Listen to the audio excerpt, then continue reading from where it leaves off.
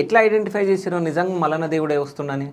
అయితే first of all నాకొచ్చే ముందు నేను స్కూల్ టైమ్ కాబట్టి నాకు తెలవదు, అది చిన్న ఏజ్, అది 7 ఇయర్స్ అంటే మీరు తె చూస్తుంటారు ఇప్పుడు ఎంత హ్మ్. చిన్న చిన్న చిన్న పిల్లలు. చిన్నగుంటారు. అవును. అప్పుడైతే ఇంకా ఫోన్లు లేవు, ఏం లేవు, ఎక్స్‌పీరియన్స్ అవన్నీ అవును. ఇదంతా లేదు కాబట్టి, సోషల్ మీడియా లేదు అప్పటికి. ఆ!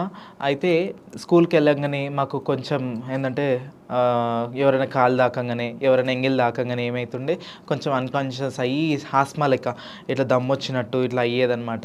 ఇక కొంచెం మబ్బు అయ్యి చక్కెరొచ్చి కింద పడిపోవుడు అట్లాంటివి ఒక 7, 8 టైమ్స్ అయితే ఇంక నార్మల్‌గా హాస్పిటల్స్, క్లినిక్స్ అన్నీ తిప్పిరనమాట. హ్మ్. ఇక తర్వాత లాస్ట్‌కి ఒక పెద్ద హాస్పిటల్ తీసుకెళ్ళిర్రు. ఎక్స్‌రేలు, స్కానింగ్‌లు అన్నీ రిపోర్ట్స్ తీశారు.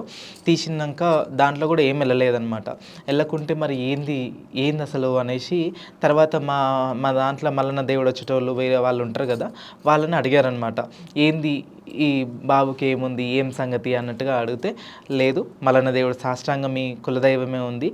మీ తాత ముత్తాతల కింద పూజ చేసేటోళ్ళు, కొలిచేటోళ్ళు వాళ్ళు ఇప్పుడు ఇది చేస్తలేరు. గుళ్ళ పెట్టొచ్చిర్రు. ఇట్లా గుళ్ళనే చేస్తున్నారు ఇప్పుడు. కొలుస్తలేరంటే అప్పుడు ముడుపు కట్టండి. ముడుపు కడితే కవర్ అయిపోతది.